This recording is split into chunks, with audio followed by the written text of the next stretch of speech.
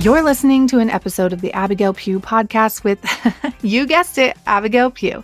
I'm an introverted mama who took my online business from 0 to 7 figures in 15 months selling my own digital products on social media. And guess what? I did it all with my 3-year-old daughter no less than 3 feet away from me at all times. Now I'm bringing you everything I've learned about building a wildly profitable online business that supports your life while allowing you to truly live it. Get ready for raw, honest conversations with entrepreneurs making thousands per month selling their own digital products and people just like you who ditch self-doubt to create the life they've always wanted. If you're ready to make more money, have more impact, and still have time for the things that matter most, you're in the right place. Grab your sneakers, head out on your hot girl walk, and let's dive in. Today's guest is actually my very own copywriter who did all the web and sales copy for my website that's coming this summer. So exciting, I know. But Kaili reveals the absolute best, most compelling parts of your brand and your story so that the right people find and love you. She's also someone who loves hot girl walks, which we all do here in my community. And she's literally one of my favorite humans. So Kaili, welcome to the show. Hi, thanks for having me here in Phoenix right now. Hot girl walks have a whole new meaning. It's 110. You are certainly a hot girl. Yes. Being outside. Oh my gosh, I can feel the sweat in my armpits just walking to your car at that degrees. The second you step outside, you're sweating in that degrees. It's so gross. Yeah, crossing blacktop. Oh gosh. Oh gosh. Oh my gosh, you guys, this is actually the second time we've recorded this episode because Kaili was the first person I interviewed forever, right? First podcast interview. And when I listened back to it, I was dead inside and I just sounded so nervous. So I was like, I'm so sorry, but please, can you come back? Because Kaili's so fun and amazing. And she's very, very similar to me in that her content is never super serious. We just like to have a good time and content is meant to be something that shows your personality. And she's so good at that. So I was like, we have to re-record because I was so lame for that first recording. So thank you for coming back. I really appreciate it. You crack me up. I'm so happy to be back. I'm sure, I didn't listen back to the first one, but I bet there's no way it's been as bad as you thought. But we are very similar. I would have done the same thing. So I'm happy to be here.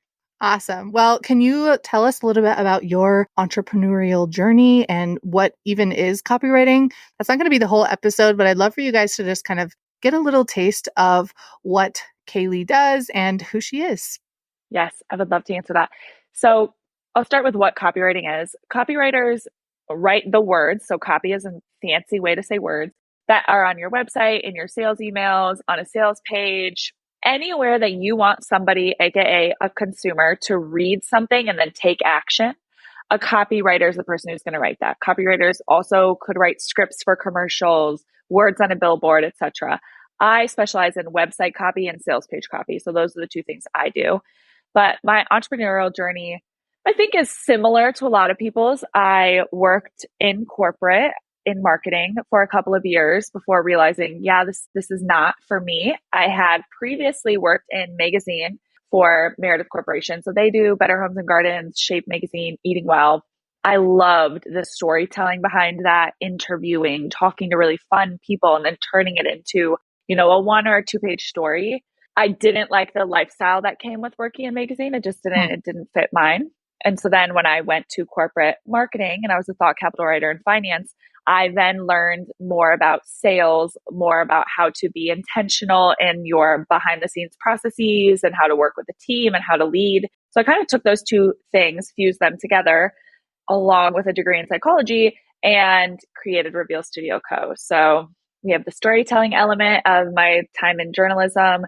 We have the leadership, teamwork, business mindset from my time in corporate. And then we have the sales psychology from my degree.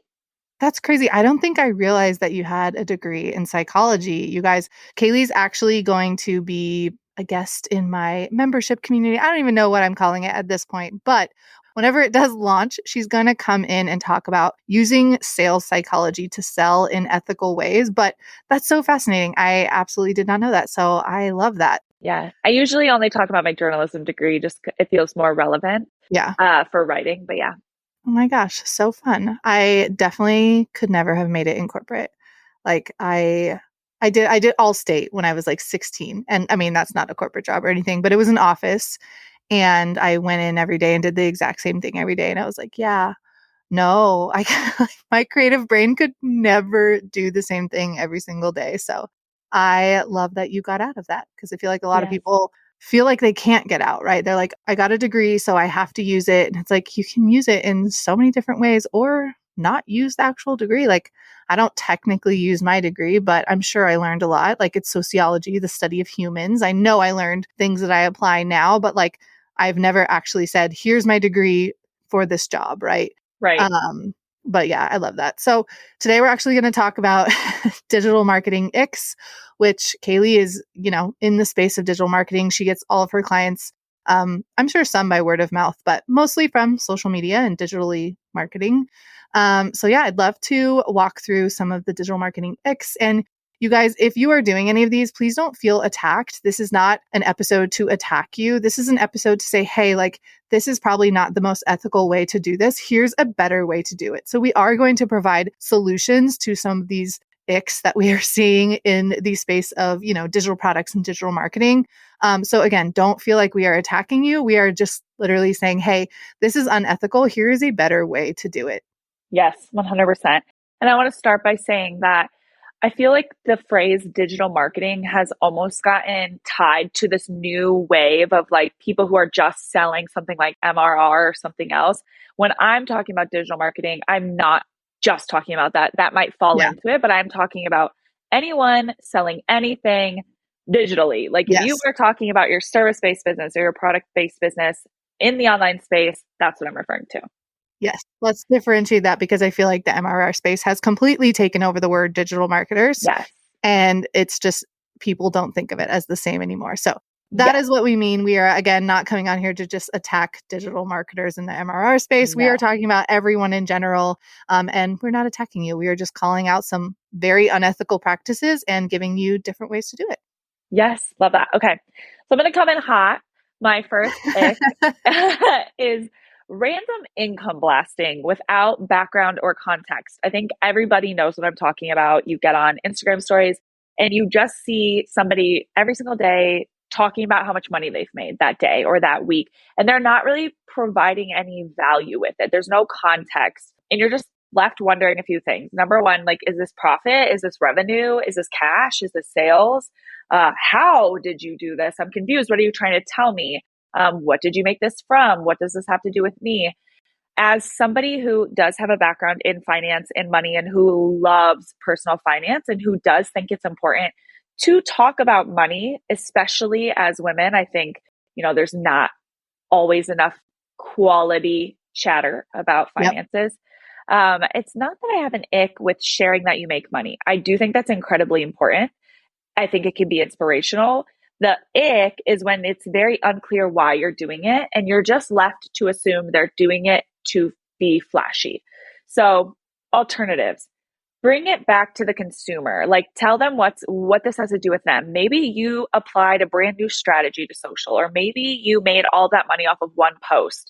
Okay, share the post, share what Yep. you did differently. Share like, here's where I think I made a few changes that resulted in X more dollars. Yes.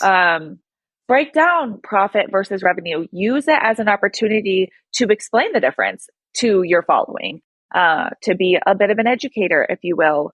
I just think providing context and clarity is important, or else it really feels like you just want us to know you're rich. Yeah. Thanks. Okay, second ick. Super vague product descriptions. When you're left going like, what are you selling though? How is this Yep. tangibly going to help me? What is inside of it? When somebody just is like, well, two things. Last year, I think there was this whole like invisible offer, you don't need a sales page vibe going around the online space where people were just selling like a promise. And it was very much, if you believe in me as the person selling it, if you believe in yourself, you'll say yes. You don't need to know. That to me is so icky. What are you talking about? This is people's money. So when I say product descriptions, I don't just mean the literal description on your shop or the literal description on your website or the description on your story that you type out. I mean, when you talk about it, when you get Yeah. on your stories and you're talking about a new offer you have, I shouldn't have to play a game of detective to figure out what the heck it is you're selling, what's inside. It shouldn't be vague. these giant promises where it's just basically like, I can change your entire life. It's like, but how? What are you going to Yeah. do? What if, do I already have this information? Are you just repeating things that are, you've already said on your feed, et cetera, et cetera? I want to know exactly what the heck is going on. It needs to be clear. Yes. And for this reason exactly, I mean, among others, Kaili actually wrote the Stand Store sales page template that's in my digital product starter kit. You guys can buy, I'll link it in the show notes. You can buy it from Kaili directly too for $27. It's amazing. And it really just breaks everything down because I do think it's so important to be so clear with on your Stand Store sales pages, which she said product description, but if you're selling with a Stand Store, it would be inside your Stand Store sales page and then how you're Yes. selling on social media as well. Which I know I talk a lot about selling the outcome, but that doesn't mean you never sell like the details and you never like mention it, especially if it's a new product. So anytime I launch a new product, like my first set of stories is also what is it? Right. And then I list out what it is, what's included. This is what's included. Who's going to help? Who's it going to help? Right. Like I'm very clear. I am not woo at all in my marketing. Like, welcome to my energy. No, like here are the tangible things you're going to get. Because I think it's important for people to make those decisions based off of that, not, oh, it's going to change your life. Yes, maybe, but like, what am I actually getting from this? Yes. And I think even when just selling the outcome or when selling the outcome, you can say how though. Like, is this a Yeah. training? Is this like a PDF with action steps in it? Like, literally, what am I getting? Am I getting Yep. 30 days of prompts? So, yeah, just being a little more clear. My third ick is when you can tell somebody has essentially just copied their mentor or the person that they paid as their coach, or they haven't even paid this person, but you can tell they just either they copied the product and they put their own quote unquote spin on it. They sent it through Chat GPT and said, change this slightly, or they copy the branding and the vibe. I think what's difficult, and I've had to try to figure out how to do this when I'm selling my templates and my products, is you need to be so clear on who you are, what you have to offer, your own special sparkle, right? Enough so that if you buy a template or you hire a coach or you work with a mentor, whatever you then create and sell is yours, is different enough for you. I think it's such a bummer when I see this happen. I see this happen a lot to my clients because I write a lot of web copy and sales copy for educators, for speakers, for coaches. And they always are telling me, I'm doing this rebrand because way too many of my students essentially just like copied everything I did. And now I need to apparently be the one to change who I am and how I show up. I think that is such a bummer. It's a bummer for both parties. And I don't think it typically is coming from a malicious, icky standpoint, but it does come across icky. So just being careful about that and making sure that you would have created that thing without seeing what your mentor or your coach did.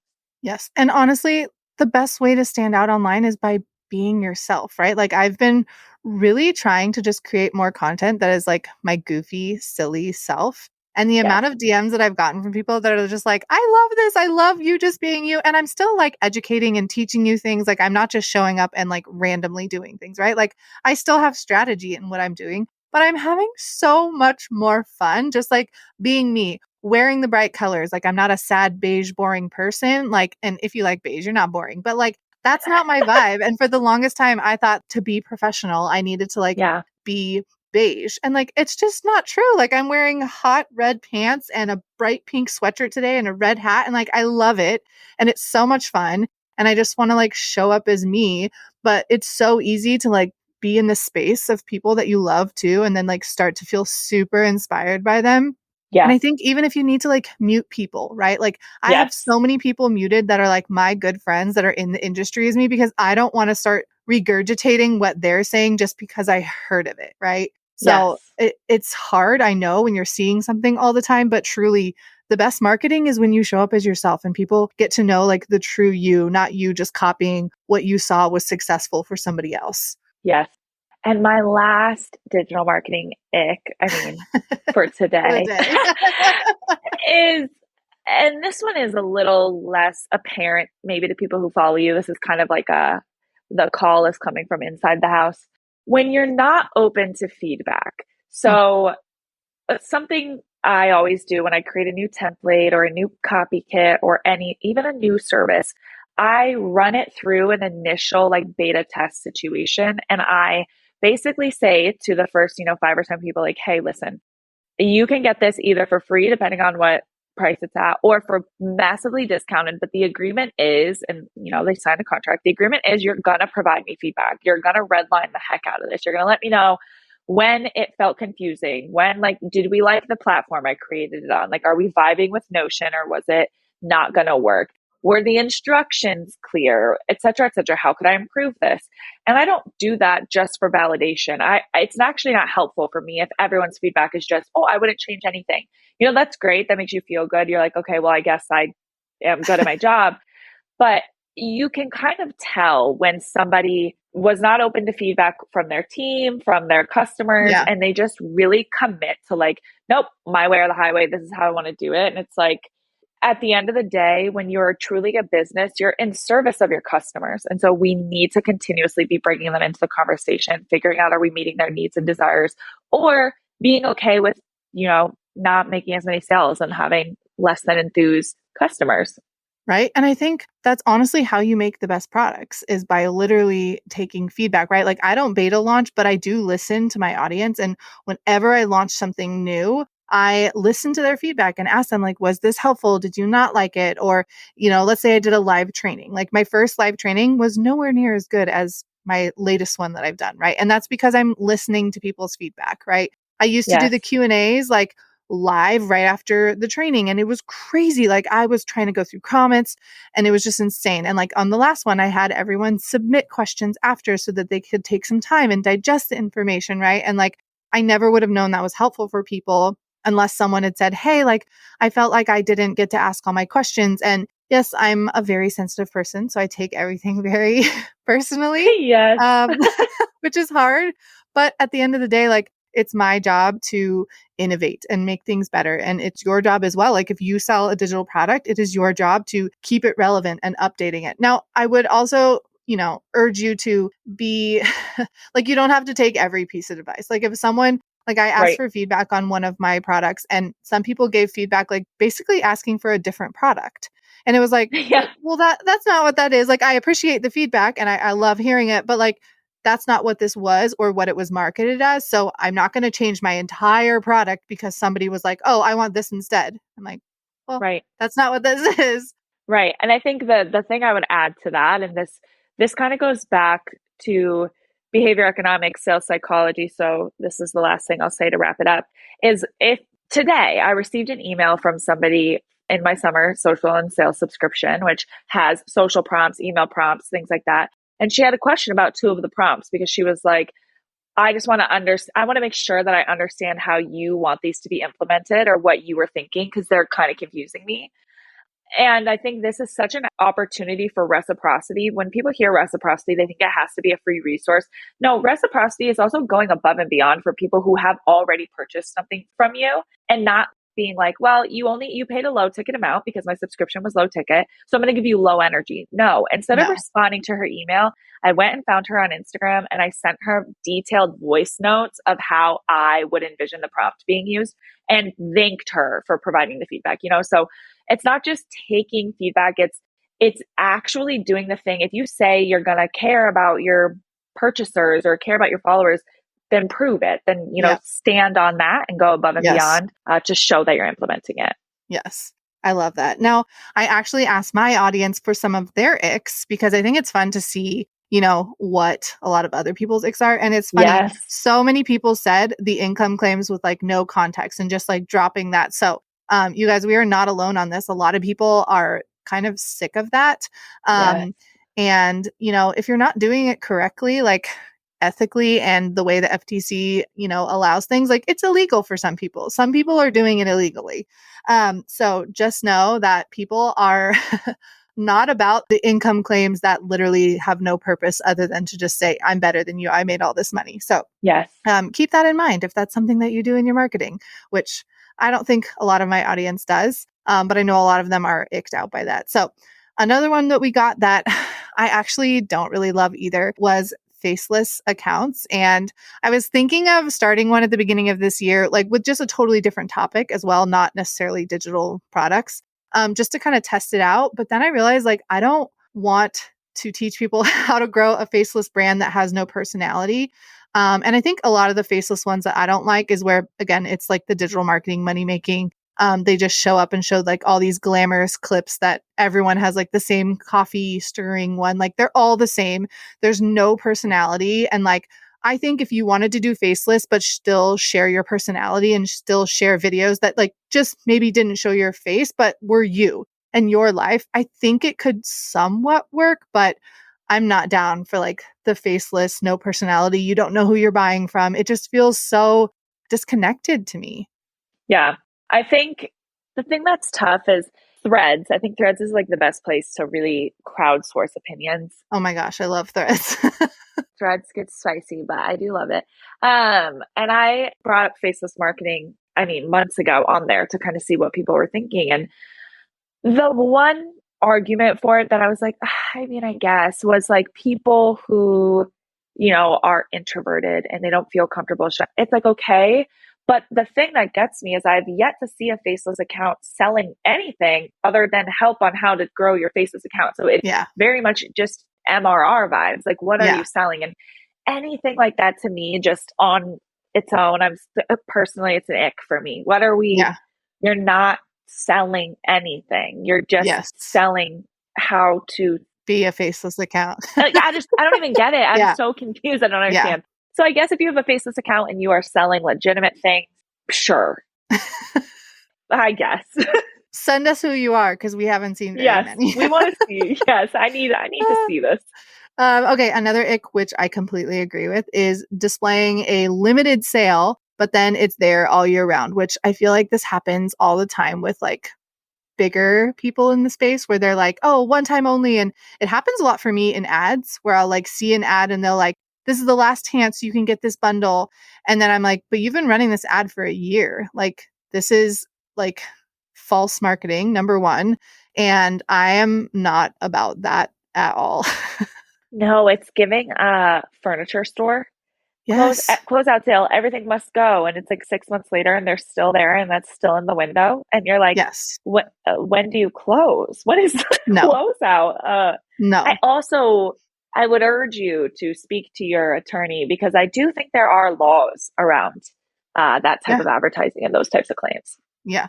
And you guys, I mean, sales that only last for a certain amount of time, like they work well when you don't abuse them, right? Like right now I have a bundle and it's only available for June. Like I have a summer sale and it's only for June. And I'm like using that in my marketing. Come July 1st, the bundle will be gone. Like it's not something that I'm going to leave up there. And the only thing I will say is I know sometimes people were like, oh, doors are only open at this time. And like, if you are able to let more people in for like the next, 5 hours, you know, I don't see that as like, oh, I'm lying to you. It's like, okay, you missed this, jump in, you can grab this. But like, if you say I'm having a sale for, 5 days, and then like on the 6th day, if the sale is still there, like you just lied to them. You just lied to your audience. And like I said, there's been a few times where I'm like, oh, I was going to close the doors. And one time I didn't think about the time and I did it in like the middle of the night.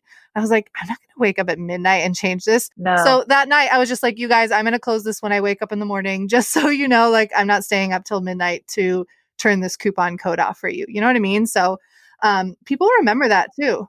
My favorite is when somebody will post like, I was going to stop the sale after this week, but we're going to do another week because so many people want. I'm like, no, really? It just didn't work. You just didn't. And here's what's a bummer. I understand the feeling of I'm running a sale because something came up, I guess, financially. Like I don't think I'm going to make rent or something, or we had an emergency. And I understand this feeling of urgency of I need to make a quick cash infusion. And so when we're talking about these icks, it's like I see the other side of it. I can understand where if the first 24 hours of the first week you didn't make enough and you maybe want to see if another week of it will help. But I think we just always need to be cognizant of how what we're doing and saying and posting is impacting our reputation as a brand. Yes. People don't forget how you make them feel. No. And there's a lot of people that like, I really still kind of like respect their story and what they did, but like the ways that they market, I'm so much more aware. And I'm like, I just want you to be honest. Like if you are launching a course and you're like, doors are closing tomorrow and then it's open year round, like I feel like you lied to me. And I don't want to buy from people that feels like they're lying to me. Yeah. And the more you learn about sales psychology, the more you're like, I see the tactic Yep. and I'm turned off. Please Yes. stop. Okay, somebody else said cold messaging, and I agree. And like messaging new followers when they follow you and trying Oh, to sell to them immediately. You guys do not do this. If somebody follows oh, you, or don't follow people just to message them to sell to them. Like it it is not something that I think works anymore, and people are done with it. Essentially what you can do instead is attraction marketing. It's what I do. It's where you are attracting the people that come to you. I want you to think about it like this. If you are walking down the street and there's a salesperson and they're like, oh my gosh, come buy this mattress. Like, buy it, buy this mattress. Like, it's amazing. You're going to love it. Like, you're not probably going to want to buy that mattress from that person, right? Whereas if you're like, hey, I'm looking for someone who sells mattresses, and you walk by a store and there's like a sign that says, hey, like, this is what we have for you. Which time are you most likely to buy, right? It's when you're ready and you're like, oh, this person has everything I want. I'm interested. I'm going to go ask them questions, as opposed to someone just like sliding into your DMs and telling you why you need this product. And it's just, it's not okay. right. And with that, pretending that you're not going to pitch Yeah. and you're just complimenting them and then you're going to pitch is not any better. That's the No. equivalent of that mattress man on the corner being like, I love your outfit. Where did you get it? And you're like, oh, it's Abercrombie. And he's like, oh my God, how long have you been shopping at Abercrombie? Oh, for 6 years. Okay, well, I sell mattresses. And you're like, what? I feel bamboozled. I thought we were Yep. talking about my outfit. Like, I feel like I get that all the time in email where they're like, I love everything you're doing, da, da, da, da, and they're like, here's how I can make it better. I'm like, yes. oh, that was kind Oh, of a hurtful thing to do. yeah, not the bait and switch. Yes. Okay, somebody else said that their ick was the marketing that's like they just started 4 weeks ago, right? But they're not disclosing that, they've been in network marketing or something else where they're online and they're comfortable in front of the camera for the past 4 years.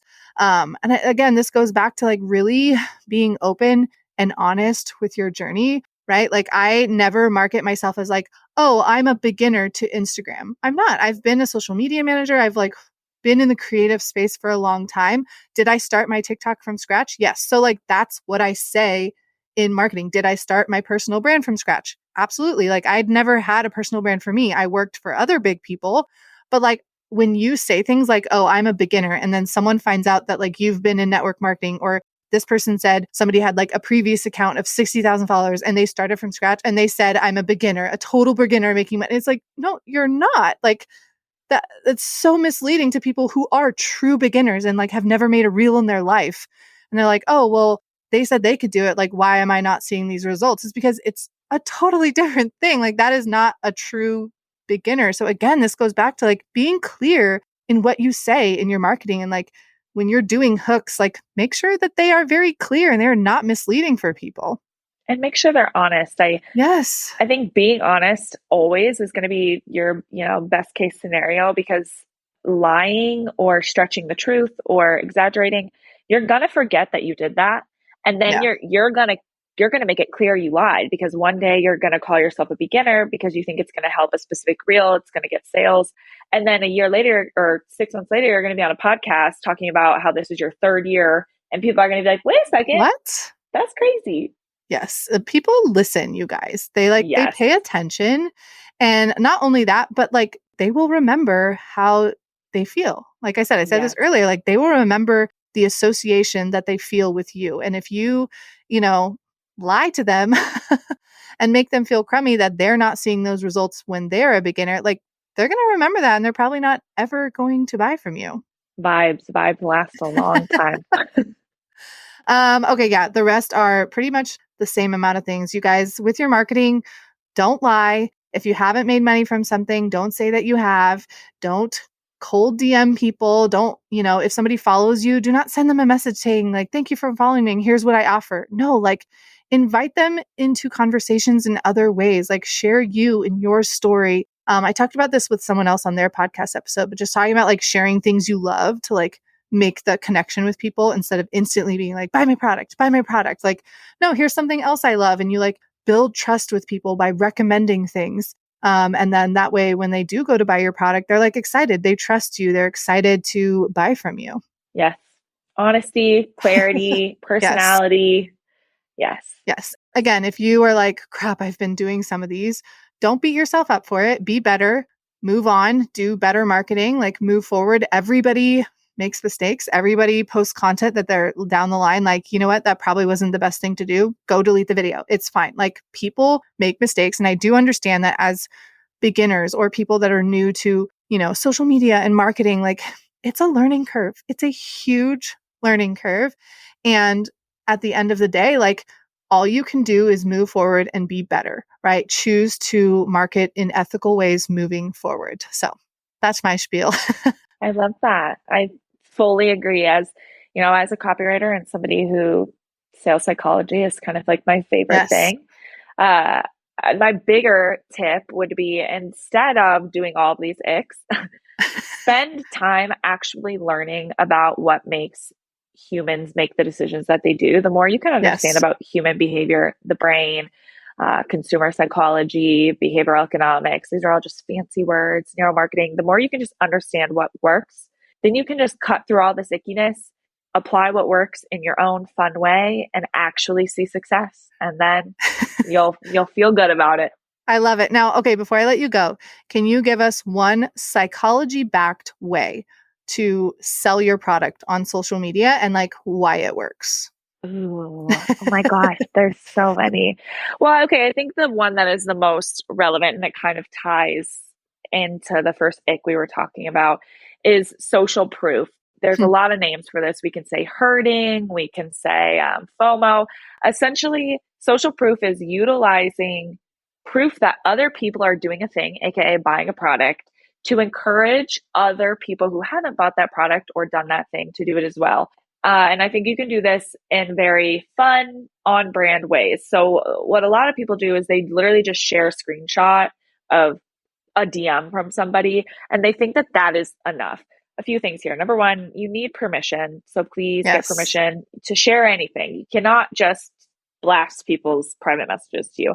But number two, like have fun with it. Something that I've liked to do recently is like, take a photo on my story and basically say, I was working on X, Y, or Z, or I created this thing, somebody bought it, here's what they said. And then on the next story, I share the review and then I add commentary to it. So you're Yes. kind of taking them through a whole story and you're making it less about you. You're not like, wow, look how cool I am. You're setting it up to be like, I am honored to receive words like this. How amazing is it to be able to create something that so many people derive value from and Yes. share that? And even better, with permission, of course, take the person who said it Yes. because it can encourage them to share it on their stories. And all of a sudden, their following, who had no clue who you were 3 seconds ago, is going, wait a second, who's this person? Yep. And now you're also getting followers, potential new customers. So I think social proof, when done correctly, goes a long way. Yes. Oh my gosh. One thing I'm going to pull out from that is the commentary. You guys, you cannot just like post a review or a screenshot without comment. Like you have to pull it out. People don't read it. Yes. People will scroll right by. But if you say, oh my gosh, like, holy crap, this is so stupid. I can't believe this happened. Then they're like, oh my God, what happened? And they want to read that. You want to like get them excited. And like, it's your job as the marketer to make them excited to want to read that, which Yes. Kaili does that really well. She's like very excited and she just makes you feel so excited to see like, oh my God, what's coming on the next slide? Like what happened? What is she going to tell us?